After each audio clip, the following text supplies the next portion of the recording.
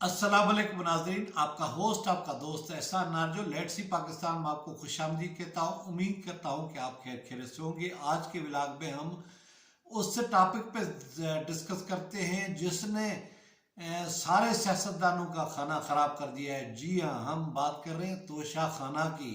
ये तो 2002 से ऑनवर्ड जो है ना आश्कार हुआ है तोशा खाना। जरा इसको थोड़ा सा आगे ले जाओ, 90 तक ले जाओ, 1990 तक ले जाओ तो आपको पता लग जाएगा, 1988 तक ले जाओ तो पता लग जाएगा कि किस तरह इन्होंने कौम को मिलने वाले तहाइफ की भींग की है और उनको बर्बाद किया है, और किस तरह बेदरेग वो लूटे हैं और अपने महलात में, अपने जो है ना घरों में जाके जीनत बनाई है और अपनी तिजोरियाँ भरी है। और ये जो कौम इस वक्त कंगाल हुई है और जो है ना आज जिसके ऊपर तंजिया मोदी जैसा बंदा भी कहता है कि आप और हम इकट्ठे आज़ाद हुए थे, हमारी हालत देखो और पाकिस्तान के अवाम की हालत देखो। शर्म आनी चाहिए हमारे सियासतदानों को। कुत्तों की तरह ये लड़ते हैं टीवी पे और मीडिया में और एक दूसरे के ऊपर इल्ज़ाम लगाते हैं, लेकिन इनको शर्म ज़रा भी नहीं आती और ये जो है ना अवाम को मुँह दिखाने के काबिल नहीं है। फिर भी ढिठाई के साथ हमारी वजारत इत्तलात की जो है ना वजीर मरियम औरंगजेब ने बड़ी जो है ना फखरिया अंदाज के साथ जो है ना ये तरदीद कराई कि उसने कोई तोहफा नहीं लिया है, लेकिन उसकी माँ के तोहफे ऑन रिकॉर्ड मौजूद है। उसकी वालदा ने जो तोहफे लिए वो ज़ाहिर है उसी के घर में इस्तेमाल होंगे।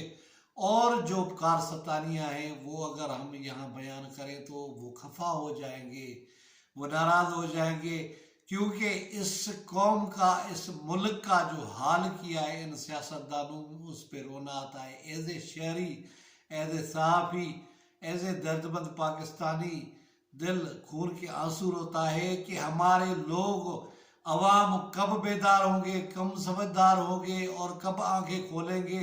ये जो सियासतदान हैं जो हमें बेवकूफ़ बना रहे हैं, जो दोनों हाथों से लूट रहे हैं। इस वक्त कौमी खजाना खाली पड़ा हुआ है, लेकिन इनकी जो है ना अरबों की जायदाद है। अरबों की जायदाद के बावजूद भी आप देखिए इन्होंने लक्स साबुन तक नहीं छोड़ा, एक पाइनएप्पल का डब्बा नहीं छोड़ा और घड़ी से लेके मर्सिडीज तक सब कुछ ये लूट कर ले गए हैं। और उसके बावजूद भी एक दूसरे के ऊपर कीचड़ उछाल रहे हैं। मैं तो कहता हूं कि हमारी जो स्टेब्लिशमेंट है, जो पावर का मंबा है, पता नहीं वो क्यों खामोश तमाशाई बनकर बैठे हुए हैं। और जो इस वक्त जो मशीनरी हरकत में नजर आ रही है वो मशीनरी लगी हुई है इमरान खान और उसकी पार्टी के पीछे। मैं तो कहता हूं कि इमरान खान जुर्मदार है, वो कसूरवार है।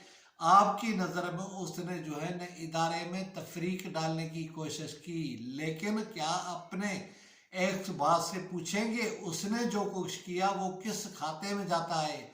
उसने जो कुछ किया है वो किस खाते में जाता है? क्या बूटियां हलाल और शोरबा हराम? इमरान खान गद्दार होता है। इमरान खान ने जो हरकतें की हैं वो मुल्क के गद्दारी के ज़िम्मे में आती हैं, लेकिन एक हसास और मुल्क के उस इदारे का जो सॉवरेनिटी का ज़ामिन है उसका सरबराह अगर जो कर रहा था वो क्या सही था?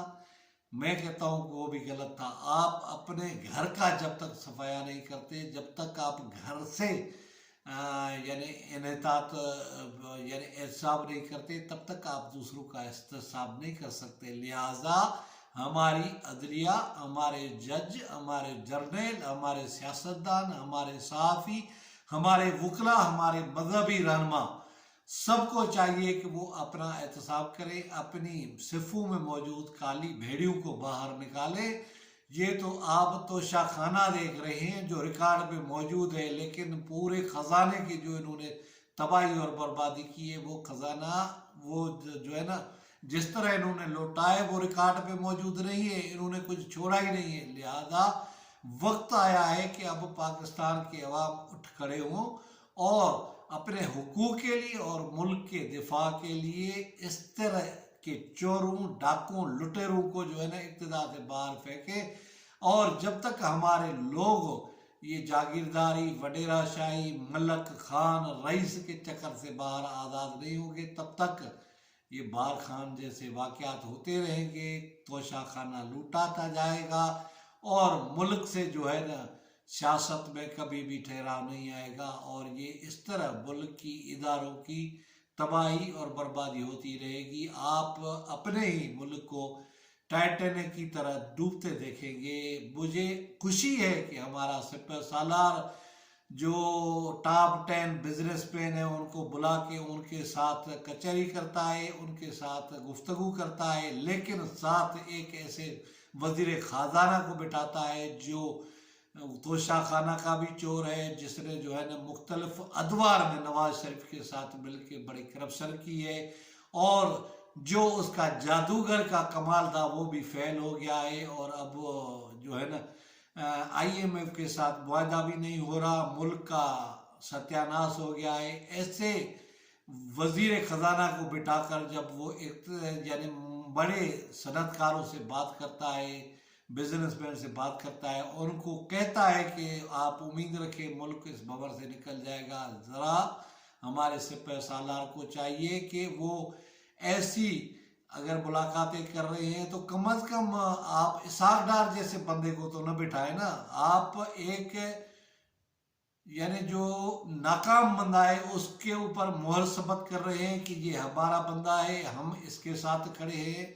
आपके लिए सारे बराबर होने चाहिए। अगर आप एक के लिए नरम गोशा रख रहे हैं और दूसरे के लिए सख्ती कर रहे हैं तो ये भी नाइंसाफी कर रहे हैं। लिहाजा आप हकायक को देखें और हकीकत को जानने के लिए कोशिश करें और इसको मुल्क को अपने पाँव पे खड़ा करने के लिए काम करें। और जो है ना इस वक्त अशद ज़रूरत है कि हमारा जो इदारा है, जो सॉवरेनिटी का ज़ामिन है, हमारी जो इस्टेब्लिशमेंट है उसको इंटरवीन करनी चाहिए और इस तरह की एक तहीर और एक इस तरह का हिसाब होना चाहिए कि जहाँ ये जो है ना सारे जो हमाम में नंगे हैं एक ही सफ में खड़े हो गए, महमूद और अयाज, न बंदा रहा न बंदा नवाज।